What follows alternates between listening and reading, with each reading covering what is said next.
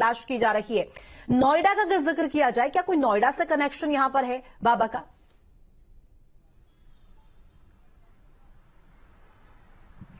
बिल्कुल, देखिए नोएडा के सेक्टर 86 में एक गांव है इलाहाबाद, उसके अंदर एक आश्रम बना हुआ है जो बाबा का आश्रम बताया गया है। और वहां पर 2022 में बाबा 35 दिन तक रहे थे। कल हम गए और वहां लोगों से बातचीत हुई तो 35 दिन तक उस आश्रम में रहे। उस आश्रम के निर्माण की अगर बात की जाए तो नोएडा प्राधिकरण की नियमावली के मुताबिक वो निर्माण पूरी तरीके से अवैध है। डूब इलाके में उसको बनाया गया, उसको बनाने में कोई नक्शा पास नहीं कराया गया है। तमाम जो नियम है किसी भी भवन के निर्माण को लेकर, उसकी धज्जियां यहाँ पर साफ तौर पर उड़ाई गई हैं। और उसके बाद जैसे ये मामला नोएडा प्राधिकरण और जिलाधिकारी के संज्ञान में आया तो जिलाधिकारी और नोएडा प्राधिकरण के अधिकारियों ने उस पूरे निर्माण की जांच कराने के लिए टीमों का गठन कर दिया गया है। जिस जगह ये आश्रम बनाया गया है उस जगह तालाब है, तालाब की जमीन पर आश्रम बनाया गया है। इस तरीके की जानकारी शुरुआती जांच में सामने आई है। अब माना यह जा रहा है कि जांच पूरी होने के बाद आश्रम को सील करने या वहां पर नोटिस चस्पा करने के साथ साथ ध्वस्तीकरण की कार्रवाई भी की जा सकती है। कार्रवाई को लेकर तमाम जो अधिकारी हैं वो पूरी तरीके से मंथन करते हुए नजर आ रहे हैं। दूसरी तरफ कानूनी दावपेच की अगर बात की जाए,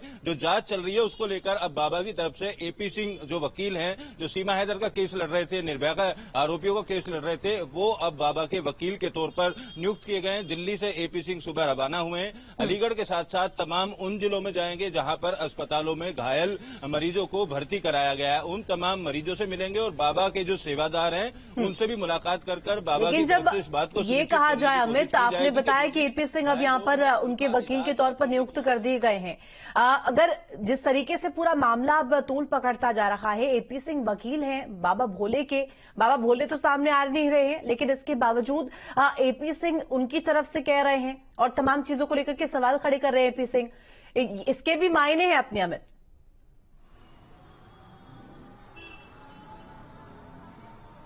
बिल्कुल, देखिए इस आयोजन को लेकर ही तमाम तरीके के जो सवाल हैं वो खड़े होते हैं। किसी भी आयोजन को कराने के लिए जब परमिशन ली जाती है जिला प्रशासन या पुलिस से, तो उसमें जिम्मेदारी जिला प्रशासन और पुलिस की ये बनती है कि परमिशन देने के साथ साथ उस आयोजन को संपन्न होने तक वहां निगरानी रखी जाए। और परमिशन में जो शर्तें रखी गई थी उन शर्तों का उल्लंघन तो नहीं हो रहा है। तो शुरुआती जांच में ये बात स्पष्ट तौर पर हुई कि आएंगे अमित आपके पास और जानकारी आपसे लेंगे एपी सिंह को लेकर के भी। हमारे साथ अभिषेक भी लगातार बने हुए हैं, मानशू लगातार बने हुए। मानशू, आपका रुख करना चाहूंगी। देखिए हाथरस का ये जो दर्द है, हाथरस का जो ये पूरा मामला है, सवाल निशान तो खड़े होंगे ही। परमिशन दी गई एसडीएम की तरफ से, डीएम ने इसको लेकर के कहा, लेकिन मंजूरी दी गई थी 80,000 लोगों के लिए। जब एकाएक इस तरीके से भीड़ इकट्ठा होती है उसके बावजूद भी कोई एक्शन नहीं लिया गया। उस टाइम पर भी समय रहते अगर पुलिस बल की तैनाती कर दी जाती तो स्थिति थोड़ी सी काबू में हो सकती थी। उसको लेकर के भी कोई कदम नहीं उठाया गया।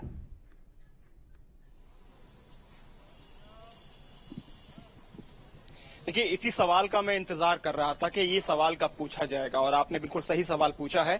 दरअसल एसडीएम ने मंजूरी तो दे दी, लेकिन निगरानी रखने वाली जो वहां पर टीम थी, जो निम्न स्तर की जो टीम थी, उन्होंने कोई जानकारी ऊपर नहीं दी कि 80,000 की कैपेसिटी वाले इस ग्राउंड के अंदर 2.5 लाख लोग पहुंच गए हैं तो अतिरिक्त पुलिस फोर्स उनको चाहिए या फिर एम्बुलेंस की व्यवस्था वहां पर होनी चाहिए। वो किसी भी तरह की वहां नहीं थी। अगर होती तो शायद कुछ लोगों को बचा लिया जाता, लेकिन बचाया जा रहा है तो किसको? ना तो अभी तक किसी अधिकारी पर कोई गाजगिरी है, चाहे वो निचले स्तर के हों या ऊपर के स्तर के हों।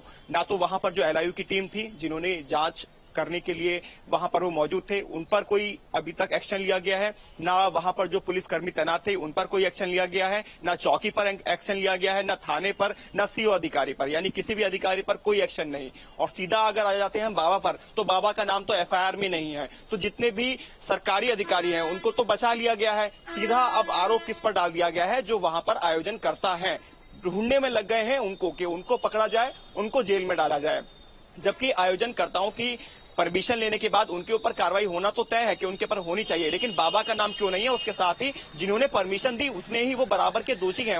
वो भी तो जिम्मेदार है। सरकारी तंत्र के जो अफसर हैं वो भी तो उतने ही जिम्मेदार हैं, क्योंकि गैर जिम्मेदारी तरीके से उन्होंने वहां पर उनको परमिशन तो दे दी और वहां पर इतना बड़ा आयोजन जब हो रहा था और अब तो जिम्मेदारी लेनी भी होगी मानशू। और जिस तरीके से यहाँ पर मंजूरी का जो नतीजा है मातम में यहाँ पर तब्दील नजर आया है, इसकी जिम्मेदारी अधिकारियों को भी लेनी होगी। वो तमाम जो इसमें संलिप्त लोग लोग थे, जो आयोजनकर्ता थे, उन सभी को लेनी होगी। अभिषेक भी हमारे साथ बने हुए हैं। अभिषेक, देखिए लाखों के जो सामान है, साजो सजावट के शौकीन थे बाबा, महंगी महंगी चश्मे लगाते थे। अलग अलग तस्वीरें सामने आई है जहां पर किस तरीके से वेशभूषा उनकी देखने को मिली है, सफेद कपड़े पहनते थे, अलग अलग अंदाज उनका था। जिस तरीके से उनकी अगर कहा जाए साजो सजावट, जहां पर भी प्रवचन के लिए पहुंचते थे वहां पर खास ख्याल रखा जाता था। ट्रेंड के जरिए ही यहां पर कोशिश की जाती थी कि प्रवचन स्थल को भी सजाया जाए। ये दर्शाता है कि बाबा भोले की जो नियत थी वो खुद पर ज्यादा थी। लोगों की जिंदगियां यहां पर जो है कह सकते हैं कि जो खतरे में डाल दी गई। पहले से कोई सुविधा यहां पर उपलब्ध नहीं करवाई गई, एम्बुलेंस की कोई सुविधा नहीं थी, ट्रक्स पर लाशों को लेकर जाया जा रहा था। ये तो सवाल खड़े करेगी ना उन अधिकारियों पर भी। देखिए, मैं आपका सवाल का जवाब मैं दूंगा, लेकिन जो हिमांशु ने बात करी उससे थोड़ा सा मैं बढ़ा दूं। प्रशासन की इसमें क्या भूमिका है? जब आप किसी कार्यक्रम की मंजूरी लेने जाते हैं, उसका मैं प्रोसेस बता दूं। आपने एप्लीकेशन ली कि हम ये कार्यक्रम कराना चाहते हैं। वैसे यूपी में कोई नई परंपरा ना शुरू करने के मुख्यमंत्री के ही आदेश हैं। जब आप एप्लीकेशन देते हैं तो एसडीएम के यहाँ जब जाएगी तो ये पूछा जाएगा, इतनी भीड़ आएगी तो आप उसे संभालेंगे कैसे? इतने पुलिस फोर्स लगाई जाएगी, उसका खर्चा कौन देगा? अगर कोई प्राइवेट आयोजन होता है तो पुलिस फंड में पैसा जमा कराती है पुलिस। आप ये पता कर लीजिए, तमाम तरीके से पुलिस प्राइवेट आयोजनों में पैसा जमा कराती है पुलिस फंडिंग में।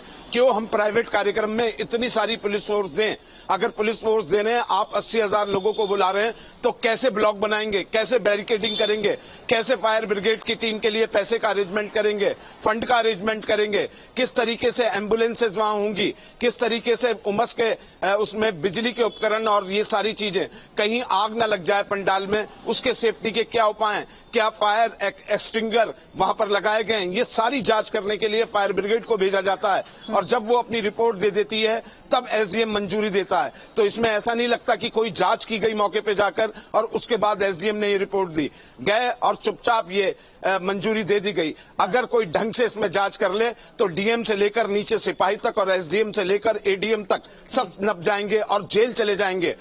मुझे लग रहा है कि कोई ना कोई पीआईएल इसमें दाखिल करेगा और कोर्ट ही इसमें जब तगड़ा एक्शन लेगी तब ये अधिकारी नप सकते हैं। लेकिन अभी तो ऊपर से इनके ऊपर हाथ है। लेकिन इनिशियल तौर पर ये सवाल तो वाजिब बनता है ना कि किस तरीके से आपने बिना जांच किए, स्थलीय निरीक्षण किए, आपने कैसे मंजूरी दे दी? और जहां तक बाबा का सवाल जो आप कर रही है ना, वो जिस जनता को उसने जोड़ा है, जिन्हें अपना भक्त बनाया, वो बहुत भोले वाले हैं, बेचारे बेहद गरीब हैं, बहुत अनपढ़ हैं, किसी में भी मुझे नहीं लगता कि वो बहुत उच्च शिक्षित हैं। इसलिए बाबा अपने को इतना ऊंचा दिखाता था और उससे वो प्रभावित होते थे। अपनी तारीफें अपने लोगों से कराता था। पेड लोग हैं उसके जो उसका प्रचार करते हैं कि बाबा के हाथ में चक्र है, वो ये चमत्कार कर सकता है। अभी मुझे कोई बंदा बता रहा था कि 6 साल पहले इसने आश्रम के बराबर में ही बादल नगर में एक मृत युवती को जीवित करने के लिए 2 दिन तक यहाँ नाटक किया, आडंबर किया, जिसके बाद पुलिस को हस्तक्षेप करना पड़ा। अफसोस यह है कि मैं बहुत कोशिश कर रहा हूं कि कोई लोग कैमरे पे आके ये सारी बातें बोल दें, लेकिन वो बोलते हैं लेकिन कैमरे के आगे नहीं बोल रहे हैं। मेरी कोशिश रहेगी कोई ऐसे लोग मिल जाएं जो कैमरे पे आकर बताएं कि क्या क्या करतूतें इस बाबा ने यहाँ पे की हैं। जब 8-9 साल कोई कैमरे पर आकर नहीं बोलना चाह रहा है, ये अपने आप में अलग सवाल खड़े करती है। अभिषेक, लौटूंगी आपके पास, हमारे साथ श्याम बने हुए हैं। श्याम, देखिए जिस तरीके से सबसे महत्वपूर्ण कड़ी बाबा इस पूरे प्रकरण में मानी जा रही है। बाबा ने सत्संग कराया लेकिन सत्संग के बाद से फरार चल रहे, कहाँ है किसी को कोई खबर नहीं है। 2000 के अगर जिक्र किया जाए, सन 2000 में उनको लेकर के एक मामला दर्ज हुआ था। उस पूरे मामले को लेकर के भी वो फंसते हुए चले गए थे। लेकिन हालांकि अंधविश्वास इस कदर लोगों के ऊपर भारी पड़ा, लोगों जो उनके अनुयायी है वो कहीं ना कहीं इससे बिल्कुल खिलाफ थे।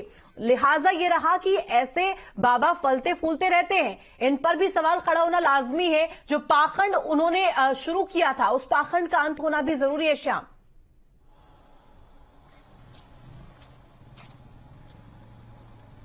बिल्कुल, जिस तरीके से उन्होंने पाखंड शुरू किया उसका अंत होना जरूरी है। आपको बता दें कि आश्रम जिस जगह पर स्थित है मैनपुरी में, उसके आसपास के जो गांव के लोग हैं, क्षेत्रीय लोग हैं, वो बाबा से बिल्कुल भी जुड़ाव नहीं रखते हैं। उनका कहना है कि बाबा पाखंड करते हैं, बाबा यहाँ पर ला करके लोगों को सत्संग करते हैं, लेकिन स्थानीय लोग उस सत्संग में नहीं जाते। वो इस बात को समझते हैं कि कोई भी इंसान भगवान नहीं हो सकता, लेकिन तमाम उनका कहना यह है कि तमाम गाड़ियां यहाँ पर आती हैं, लोगों को लेकर के आया जाता है, बसों के जरिए यहाँ पर लाया जाता है और यहाँ पर वो सत्संग करते हैं। तो एक ये पूरी व्यवस्था बनाई गई है, इस व्यवस्था के तहत ही ये पूरा आयोजन होता है और उसमें तमाम, जिस तरीके से अभिषेक जी कह रहे थे कि कुछ पेड लोग होते हैं जो उनका प्रचार करते हैं। हाँ। तो यही वजह है कि जो स्थानीय लोग हैं, स्थानीय लोग उनका कोई इम्पैक्ट नहीं है, ना यहाँ पर उनके फॉलोअर हैं, ना उनको मानने वाले लोग हैं। यहाँ पर जो इनका आश्रम है उसमें जो सेवादार हैं, सेवादार भी स्थानीय नहीं है, आसपास के गांवों के रहने वाले नहीं है, दूर दराज के रहने वाले लोग हैं, वो यहाँ पर रहते हैं, अपना खाना बनाते हैं, बाबा की सेवा करते हैं। तो ऐसे में एक सवाल ये जरूर है कि इतना सब कुछ करने के बाद भी स्थानीय लोगों में बाबा अपनी पकड़ क्यों नहीं बना पाया? क्योंकि